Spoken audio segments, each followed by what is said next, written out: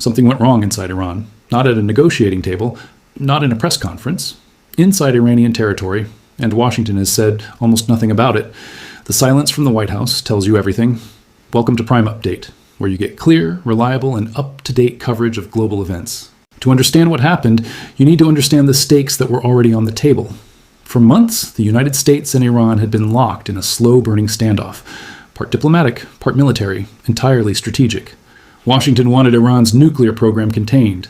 Tehran wanted its sovereignty respected and its assets unfrozen. Neither side trusted the other. Neither side was blinking. Then, someone decided to stop talking and start moving. According to footage and statements released by Iranian authorities, a covert operation was launched targeting Iranian nuclear facilities. The goal, as described by Iranian officials, extract nuclear material, uranium specifically, before any deal could lock it away under international oversight. It was an extraordinarily high-risk gamble, and according to the Iranian account, it failed completely. Here's how the sequence reportedly unfolded. A convoy of aircraft, including heavy transport planes and rotary wing assets, entered Iranian airspace.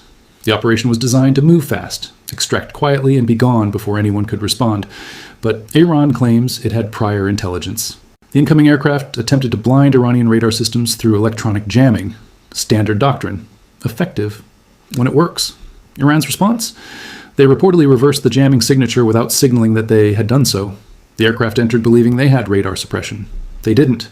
The moment boots hit the ground, Iranian forces already positioned opened up. What followed, by the Iranian account, was rapid and catastrophic for the operation. Aircraft were struck, equipment was abandoned, personnel had to be extracted under fire. Documents and data were reportedly left at the site in the chaos of withdrawal. Iranian authorities later displayed what they described as wreckage, structural debris, scorched materials, fragments of what appeared to be American military hardware.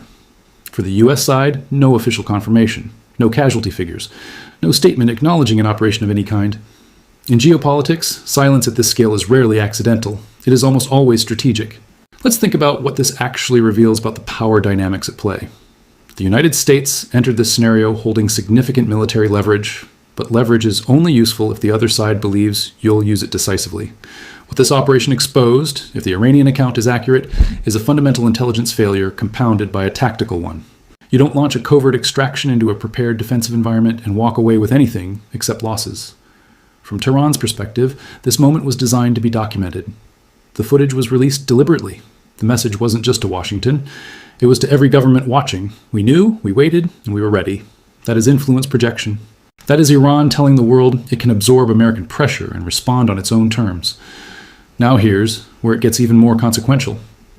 In the immediate aftermath, the diplomatic temperature spiked. Ultimatums were reportedly issued. Timelines were compressed. Russia and China made their positions unambiguous. Any escalation to nuclear strikes would not go unanswered.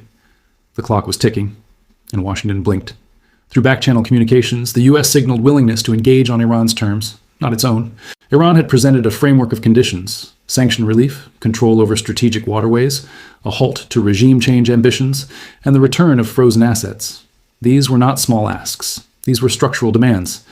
And yet, the signal came back. Washington was listening. Step back from the military mechanics for a moment. Think about the human equation. If the accounts are accurate, and we must note independent verification remains limited, American service members were placed in an extraordinarily dangerous situation, in a country where the U.S. has no formal military presence, for an objective that was ultimately not achieved.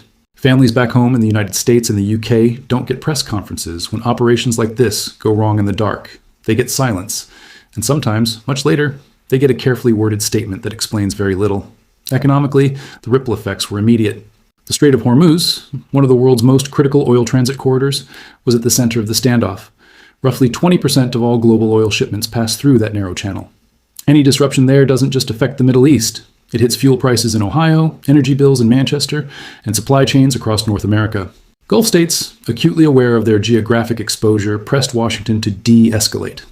Not out of sympathy for either side, out of pure economic self-preservation. Alliances, as always, prove transactional. Here's the core of what this moment represents. The United States entered this confrontation with overwhelming theoretical military superiority. Iran entered it with preparation, patience, and an information strategy designed to make any outcome, including a failed American operation, look like a victory for Tehran. What we are watching is not simply a clash of militaries. It is a collision of strategic doctrines. America's model relies on speed, technological dominance, and controlled escalation.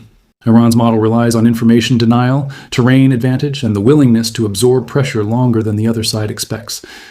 The ceasefire that followed, however fragile, does not end this story. It pauses it. The underlying tensions remain: the nuclear program, the frozen assets, the proxy networks, the competing spheres of influence. What comes next will be determined not by who has the most weapons, but by who is willing to wait the longest. And history suggests Iran has a very long memory. Before you go, I want to hear from you directly. Question 1. Do you think the U.S. will re-engage militarily in this region? Or has this moment fundamentally changed the calculus? Question 2. If you were advising the White House right now, what would your next move be? Drop your answer below. The most interesting responses get pinned. If you enjoyed this video, make sure to like, comment, and subscribe to the channel. Don't forget to smash the bell icon so you never miss any of our upcoming videos. Take good care of yourselves, and thank you for watching.